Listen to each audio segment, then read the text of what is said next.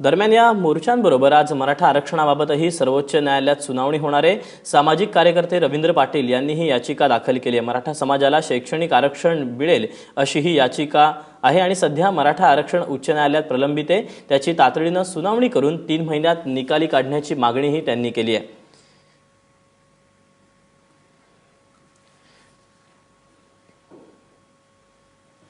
आणि या सगळ्या संदर्भात माहिती देण्यासाठी दिल्लीला जाऊयात। आमचे प्रतिनिधी प्रशांत कदम आहे आपल्या सोबत। प्रशांत, साधारणपणे काय घडू शकतात या सगळ्या घडामोडी सर्वोच्च न्यायालयात? दीपक, संपूर्ण महाराष्ट्राचं लक्ष आज सुप्रीम कोर्टाकडे लागलेलं असेल। मराठा आरक्षणावरती नेमकं काय होतं याकडे सगळ्यांचं लक्ष लागलेलं असेल, कारण सध्या ज्या पद्धतीचे मराठा मोर्चे संपूर्ण महाराष्ट्रामध्ये निघतात त्याच्यातला देखील हा एक मुद्दा आहे की मराठ्यांना आरक्षण मिळालेलं पाहिजे। आणि याच संदर्भात एक याचिका जी आहे ती औरंगाबादचे सामाजिक कार्यकर्ते विनोद पाटील यांनी सुप्रीम कोर्टामध्ये दाखल केलेली आहे।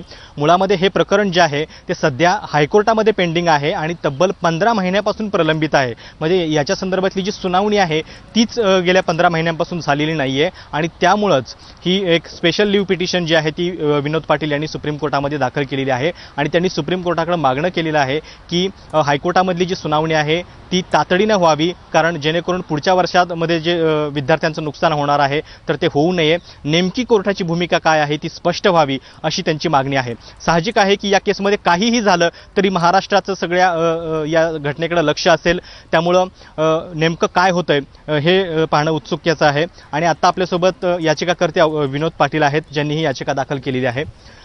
मुळामध्ये तुम्हाला सुप्रीम कोर्टामध्ये काय यावं लागलं? मुळामध्ये प्रश्न असा आहे की 15 महिने झाले मुंबई हायकोर्टामध्ये ह्या प्रकरणावर कुठल्या प्रकारची सुनावणी झाली नाही। महाराष्ट्रामध्ये विद्यार्थ्यांना शैक्षणिक व नोकऱ्यामध्ये आरक्षण मिळालं होतं, परंतु त्याच्यामध्ये कोर्टामध्ये सुनावणी झाली आणि त्याच्यावर स्टे मिळाला।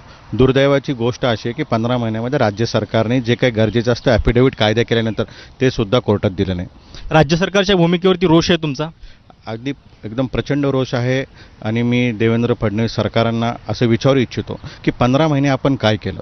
15 महिने होता याचिकावर सुनावणी होत नाही, एक अर्ज देखील आपल्याकडून मूव्ह होत नाही सुप्रीम कोर्टामध्ये। खरं तर त्यांचं काम होतं यायचं। राज्य सरकारची जर इच्छाशक्ती असते तर त्यांनी सुप्रीम कोर्टात आलं पाहिजे होतं, त्यांनी विनंती करायला पाहिजे, पण दुर्दैवाची गोष्ट आहे त्यांना कुठल्याही प्रकारचं गांभीर्य नाही।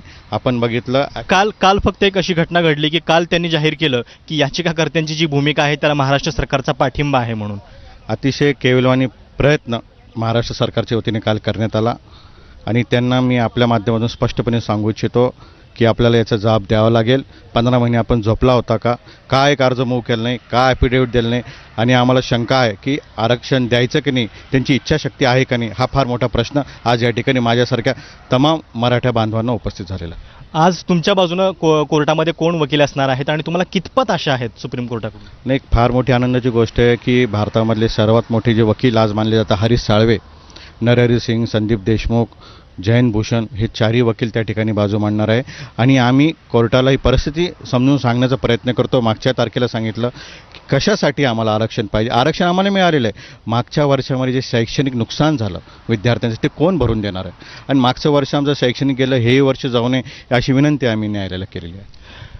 तर दीपक, जसं विनोद पाटील यांनी सांगितलं की मराठा आरक्षणाबद्दलचे सगळे पुरावे जे आहेत ते नव्यानं घेऊन आता ते सुप्रीम कोर्टामध्ये आलेले आहेत। मागच्या वेळी हायकोर्टानं जो शेरा नोंदवलेला होता की सरकारनं याच्या संदर्भातला ऑर्डिनन्स काढला, त्याच्यानंतर विधेयक मंजूर केलं, पण त्याच्या संदर्भातलं प्रतिज्ञापत्र कोर्टात का सादर केलेलं नाहीये अशा पद्धतीचा सवाल हायकोर्टानं देखील केलेला होता आणि त्यामुळेच महाराष्ट्र सरकारची भूमिका आता सुप्रीम कोर्टात नेमकी काय असणार याकडे सगळ्यांचं लक्ष असेल। निश्चितच त्यामुळे मराठा आरक्षणाचा तिढा सुटणार का याकडे संबंध महाराष्ट्राचं लक्ष लागलेलं आहे। प्रशांत, तुझ्याकडनं ताजी माहिती घेत राहू। तुर्तास धन्यवाद दिलेल्या माहितीबद्दल।